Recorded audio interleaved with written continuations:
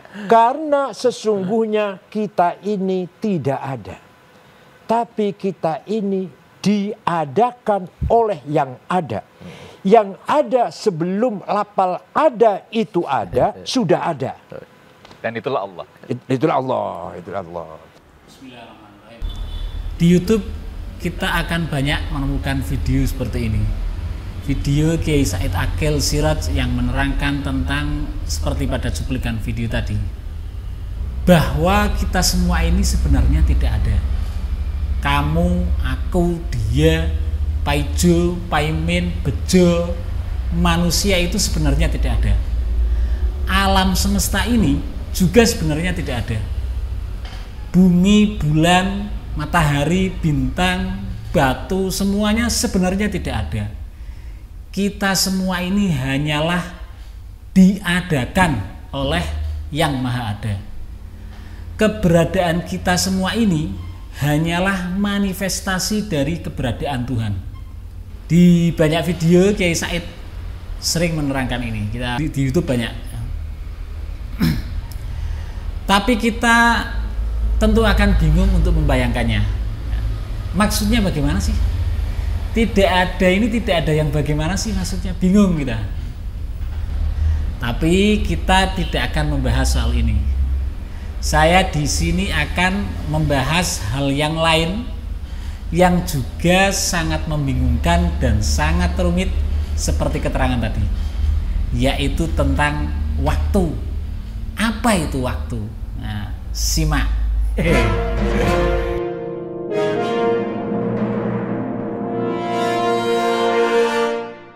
Kalian pernah dengar nggak yang namanya dilatasi waktu? Teori dilatasi waktu. Cari saja di Google ada. Ya.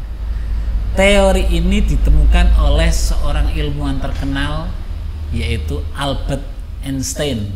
Kalian pasti pernah dengar kan Albert Einstein? Jadi begini, ketika suatu benda bergerak dengan kecepatan konstan, dengan kecepatan tertentu yang konstan atau ajek, maka waktu akan melambat. Nah, bingung kan? Nah, waktu itu ternyata tidaklah mutlak, tidak sama, tidak ajek. Waktu itu tidaklah mutlak. Eksperimen fisika membuktikan bahwa semakin cepat suatu benda bergerak, maka waktu akan semakin melambat. Contohnya begini, misalkan saya sedang berada di rumah ini ya, terus saya nelpon seorang teman, namanya Harso misalnya. Harso ini ketika saya telepon sedang berada di sebuah pesawat terbang yang terbangnya dengan kecepatan tertentu dan konstan atau ajek. Terus waktu saya nelpon, saya sambil lihat jam. Misalkan saya mulai nelpon jam 12. Tepat jam 12 saya nelpon. Terus Harso di pesawat juga sambil lihat jam. Dia menerima telepon saya itu sambil lihat jam. Dan jam 12 tepat juga, karena memang jamnya sudah kita setting gitu ya.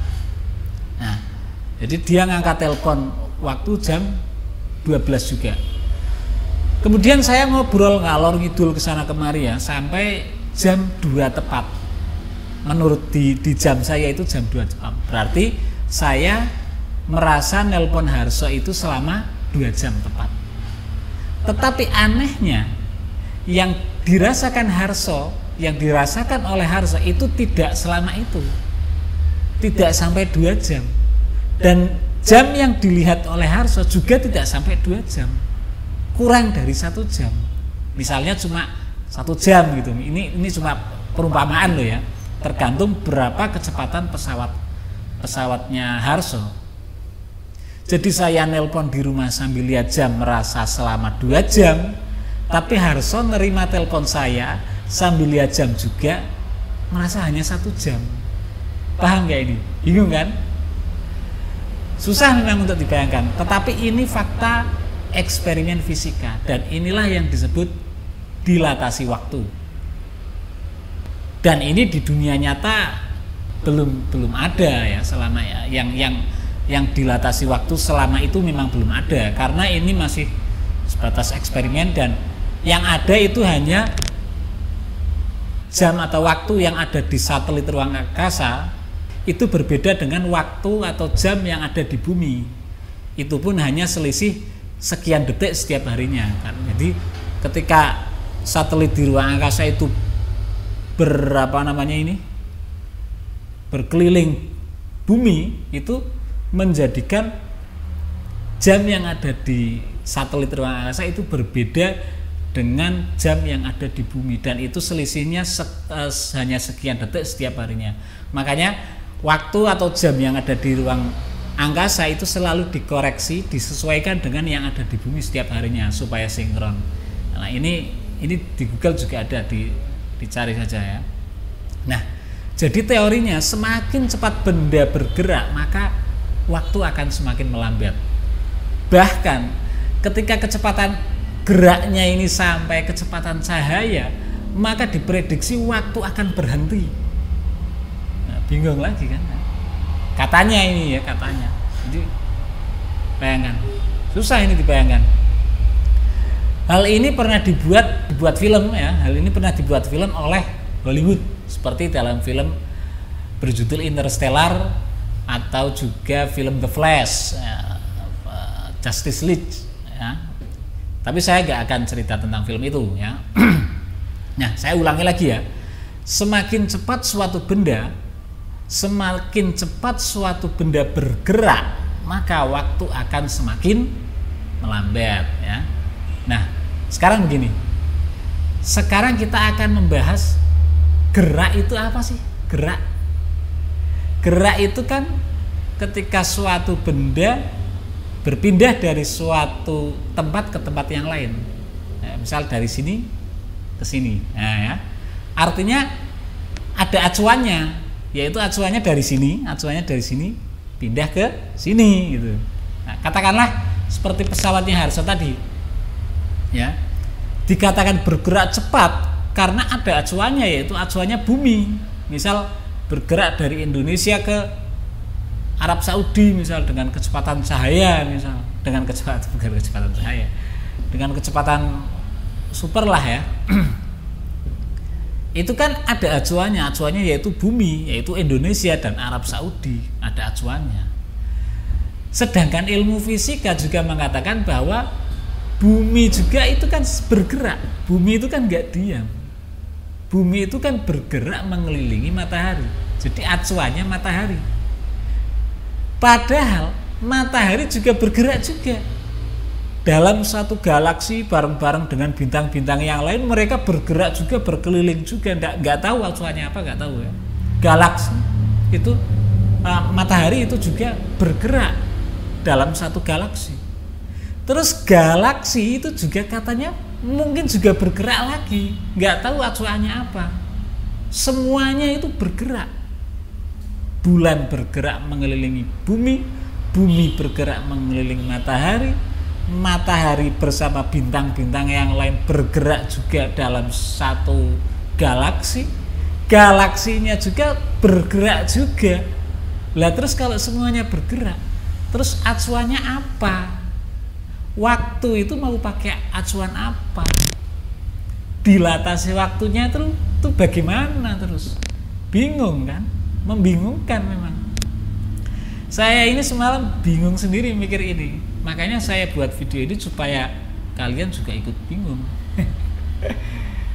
Dan kembali yang tadi ya, bahwa ketika gerakannya mencapai kecepatan cahaya, maka waktu akan berhenti. Bagi cahaya ini ya, waktu itu berhenti. Nggak ada. Dengan kata lain, bagi cahaya waktu itu nggak ada. Ini secara teori fisika, ini sih saya bukan ngomong filosofi, saya nggak ngerti ilmu filosofi ya. Ini secara fisika ini seperti itu. Saya juga nggak ngerti fisika, saya ini karena lihat YouTube juga ya, di YouTube itu kan ada ilmu-ilmu fisika. Jadi nggak ada itu dulu, tahun lalu, kemarin, baru saja, sebentar lagi, nanti, besok, sekarang, itu nggak ada. Waktu itu nggak ada, men.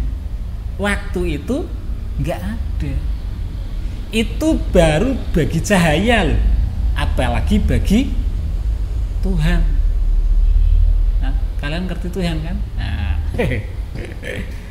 Dalam Al-Quran disebutkan nurun ala nur. Nah, ini surat An-Nur ayat berapa nggak usah tak sebutin, cari sendiri ya. Saya nggak hafal surat An-Nur ayat begini, nggak tahu kan.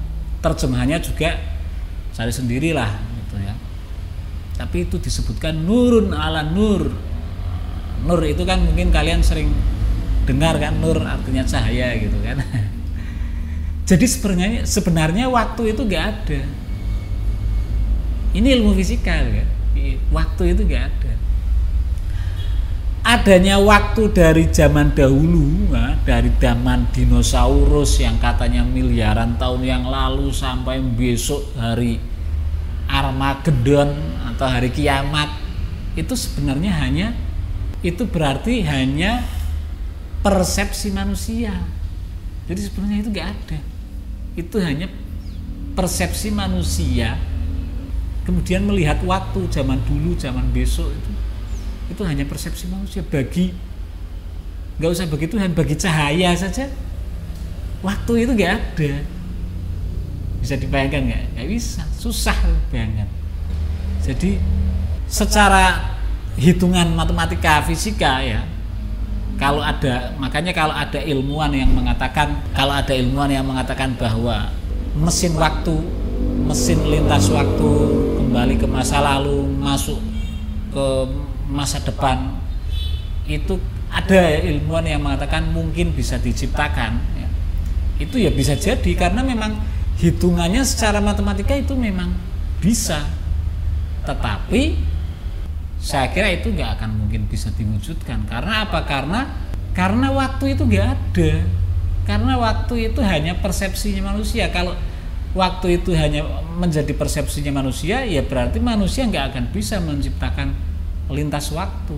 Hanya bisa ngitung saja, hanya bisa mempelajari secara fisika saja, tapi nggak akan mungkin bisa mewujudkannya.